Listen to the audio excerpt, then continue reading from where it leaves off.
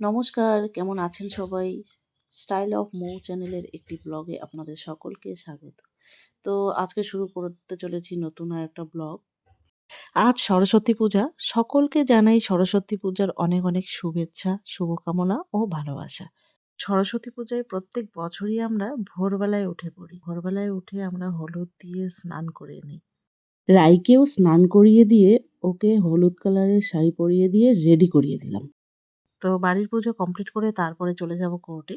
ঠাকুরমশাই এলেন 9:30টায়। তো আমাদের পুজো শুরু হয়ে গেছে। ওম পুষ্পে পুষ্পে মহাপুষ্পে সুপুষ্পে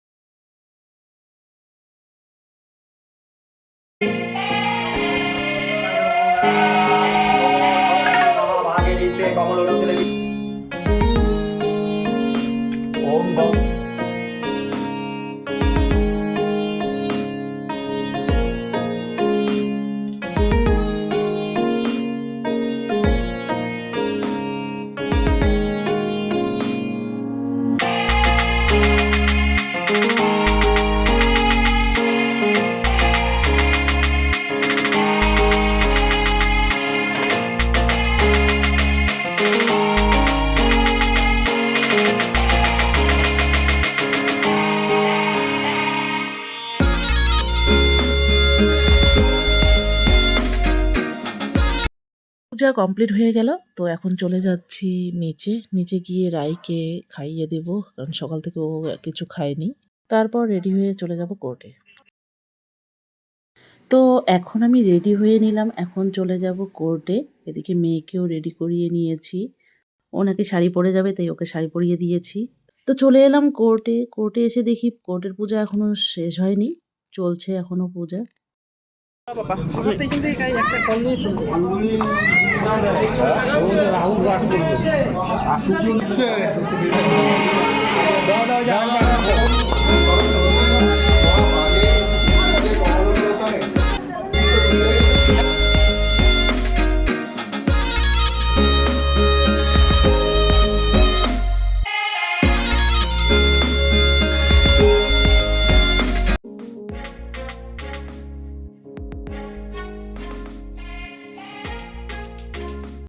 এখন চলে এলাম প্রসাদ খেতে। খিচুড়ির ব্যবস্থা করা হয়েছে।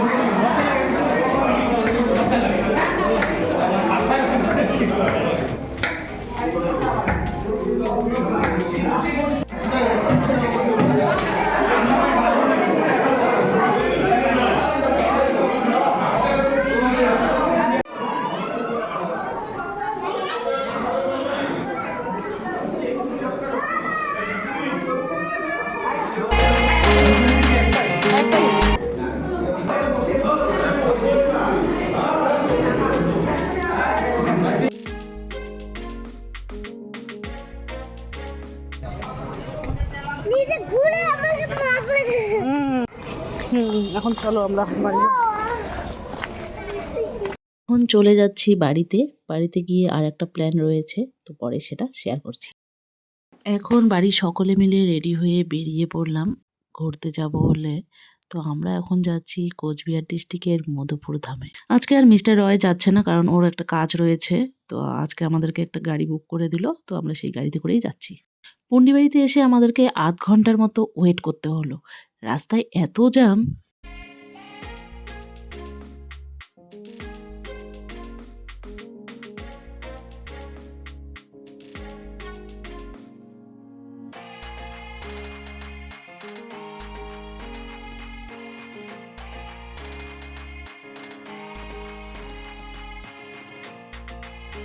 তো চলে এসেছি আমরা এখন মধুপুর ধামে। আজকে এখানে মেলা হচ্ছে। এই মধুপুর ধাম হলো অসমীয়া জাতির, বিশেষত যে বৈষ্ণব ধর্মাবলম্বী মানুষদের অন্যতম তীর্থভূমি। কোচবিহার জেলায় এই মধুপুর ধামটি অবস্থিত। এই মধুপুরেই শঙ্করদেব ও মাধবদেব দেহত্যাগ করেছিলেন। শঙ্করদেব মধুপুরে তার দেহত্যাগ করলে তার যে ভক্ত কোচবিহারের মহারাজ নরনারায়ণ মন্দিরটি নির্মাণ করেন। জীবনের অন্তিম সময়ে শঙ্করদেব এখানে থেকে ধর্মচর্চা করতেন। এছাড়াও তিনি সাহিত্যিক ও সাংস্কৃতিক কীর্তিও রচনা করেছিলেন। এছাড়াও এখানে অনেক ভক্তের সমাধি রয়েছে। প্রত্যেক বছর সরস্বতী পূজার সময় এখানে মেলা হয়ে থাকে। আমরা আজ এই মেলাতেই এসেছি। প্রচণ্ড ভিড় হয়েছে এই মেলাতে। তো আমি একটু চারপাশটা ঘুরিয়ে দেখাচ্ছি আপনাদেরকে।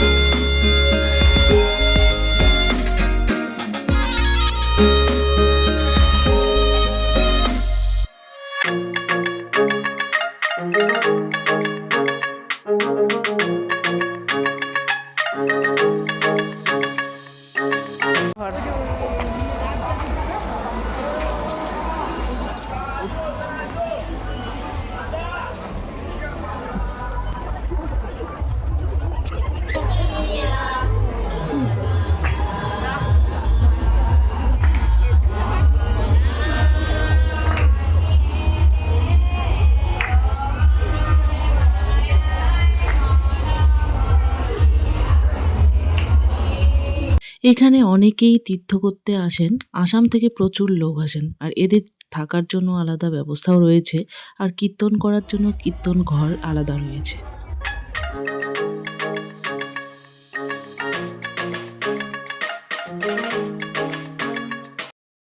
মেলায় খানিকক্ষণ ঘোরাঘুরি করে তারপর খেয়ে নিলাম। রাই খেলো ভেলপুরি আর আমরা খেয়ে নিলাম পাপড়ি চাট।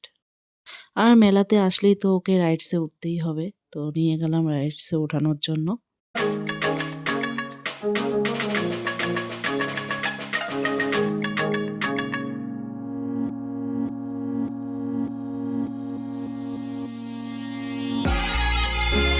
তো এই মধুপুর ধামের নাম আমরা শুনেছি, কিন্তু এর আগে কখনো আসিনি। তো আজকে এসে ভালোই লাগলো। তো ভিড়টাও হয়েছে, প্রচণ্ড ভিড় হয়েছে আজকে, যেহেতু মেলা রয়েছে।